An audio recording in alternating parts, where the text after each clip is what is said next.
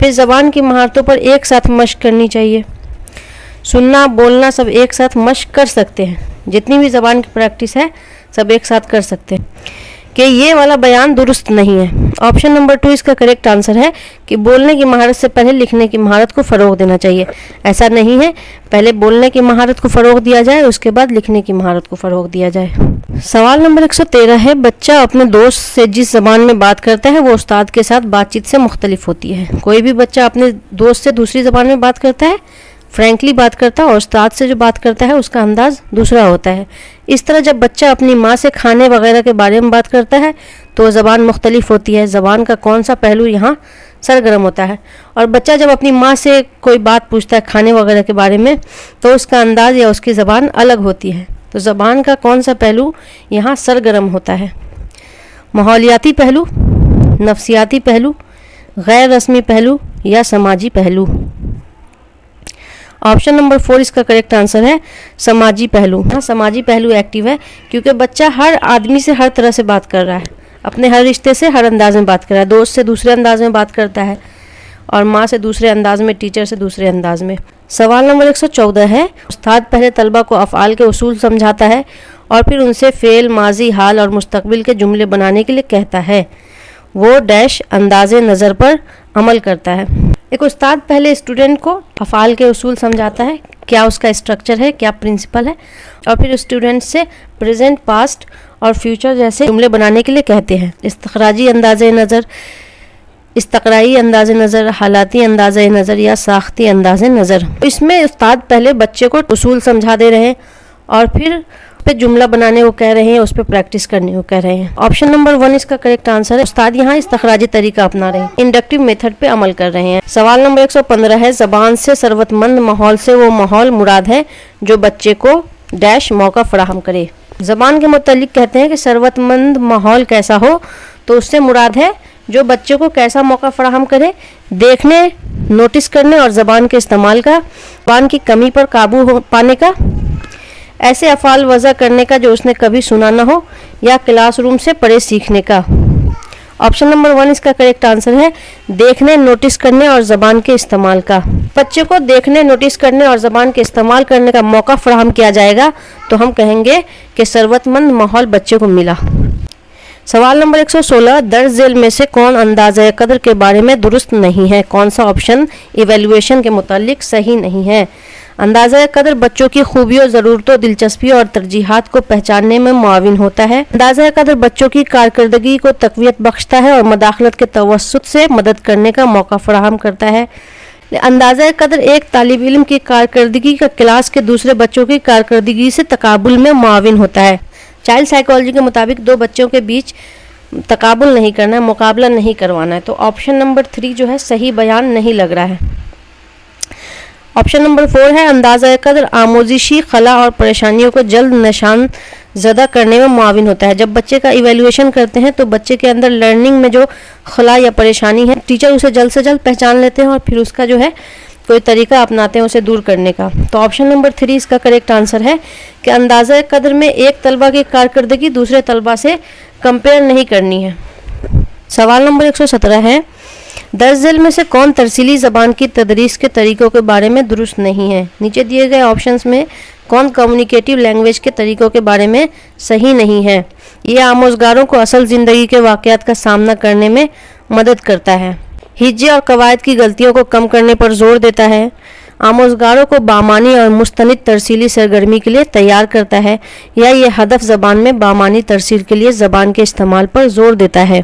Option number 2 इसका correct answer है, हिज्जे और कवायद की गलतियों को कम करने पर जोर देता है। अगला सवाल है सवाल नंबर 118, आमोज़गारों में बोलने की महारत को फ़रोग देते हुए उस्ताद कहता है, बच्चों के अंदर बोलने की महारत को डेवलप करते हुए एक टीचर कहता है कि दौरान गुफ्तगू हमें चंद पहलुओं या अवामिल पर ध्यान देना चाहिए। जब हम गुफ्तगू करें, जब हम बात करें तो कुछ पहलुओं पे हमें ध्यान देना चाहिए। ये पहलू दूसरों से बातचीत में लफ्ज़ों के इंतखाब में असरअंदाज होते हैं। तो ऑप्शन नंबर 2 इसका करेक्ट आंसर है 1, 3 और 4, सियाक, मुखातिब और तरगीब। इन पहलुओं पे हमें, जब हम किसी से बात कर रहे हों तो हमें इन तीनों पहलुओं पे ध्यान देना है कि बात का सियाक क्या हो, मुखातिब कौन है हमसे, उस पर ध्यान देना है, और क्या तरगीब है, उस पे हमें ध्यान देना है। सवाल नंबर 119 है, तावनी तदरीस उन बच्चों के लिए है जो, कोऑपरेटिव टीचिंग उन बच्चों के लिए है जो मौजू को समझ नहीं सकते या उन्हें परेशानी हो रही है, जो टॉपिक को नहीं समझ पा रहे हैं या फिर उन्हें कोई परेशानी हो रही है, क्लास करने में पाबंद नहीं है, जो बच्चे रेगुलर नहीं है, क्लास नहीं करते हैं, या आमोजिशी नुक्स से दो चार हैं, जिनको कोई लर्निंग डिसेबिलिटी है, से वो पीड़ित हैं, या हदफ ज़ुबान में माहिर हैं। तो ऑप्शन नंबर 1 इसका करेक्ट आंसर है, मौजू को समझ नहीं सकते या उन्हें परेशानी हो रही है। जो बच्चे टॉपिक को नहीं समझ पा रहे हैं, उन्हें लर्निंग में, उन्हें सीखने में कोई परेशानी हो रही है, तो उन बच्चों के लिए तावनी तदरीस की जाती है। और लैंग्वेज 1 का आखिरी सवाल है, सवाल नंबर 120, आपकी क्लास में एक लड़के की बिनाई ख़राब है। आपकी क्लास में किसी लड़के की नज़र कमज़ोर है, ज़बान के उस्ताद की हैसियत से आप क्या करेंगे? एक लैंग्वेज के टीचर होने की हैसियत से आप क्या करेंगे? बच्चे का काम करके उसकी मदद करेंगे, बच्चे के जो काम है उसमें हेल्प करेंगे, मतन को सुनने और पढ़ने के लिए ब्रेल किताबें और समई मवाद फराहम करेंगे। मतन जो लिखा हुआ है उसको सुनने और पढ़ने के लिए ब्रेल किताबें होती हैं, जो बिनाई जिनकी कमज़ोर होती है उनके लिए बनती है, तो उसको फराहम करेंगे, या उसके हमजोलियों को उसकी मदद का ज़्यादा से ज़्यादा मौका देंगे, या उनके जो पीयर्स हैं, उनके जो फेलोज़ हैं, क्लास फेलोज़, उनको कहेंगे कि उनकी मदद करें, या उसका काम मुकम्मल करने के लिए वालिदैन को मुकर्रर करेंगे, या बच्चों का जो काम है उनके पेरेंट्स को कहेंगे कि आप उनके काम को पूरा करें। ऑप्शन नंबर 2 इसका करेक्ट आंसर है, मतन को सुनने और पढ़ने के लिए ब्रेल किताबें और समई मवाद फराहम करेंगे। के लिए बच्चे को ब्रेल किताबें, सुनने वाला मवाद, जो मवाद को ज़्यादा से ज़्यादा सुन सके वैसे मवाद फराहम करेंगे। तो स्टूडेंट्स, आज की क्लास में हमने 10 जनवरी 2023 के पेपर 1 की लैंग्वेज 1 उर्दू को डिस्कस कर लिया है। मिलते हैं नेक्स्ट क्लास में नए टॉपिक के साथ, तब तक के लिए टेक केयर, बाय बाय।